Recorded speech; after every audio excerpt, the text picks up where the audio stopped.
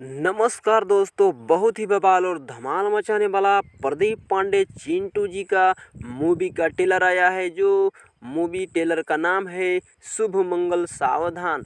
बहुत ही बवाल और धमाल मचाने वाला ट्रेलर है। अगर आप नहीं देखे हैं तो जा कर के देखिए।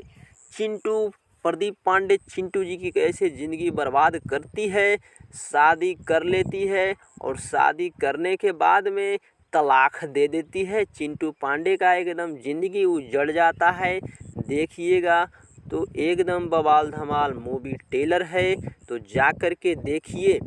प्रदीप पांडे गुस्से में आकर बोलते हैं कि चलो अभी हम तलाक देते हैं। हाथ पकड़ लेते हैं और ले जाते हैं।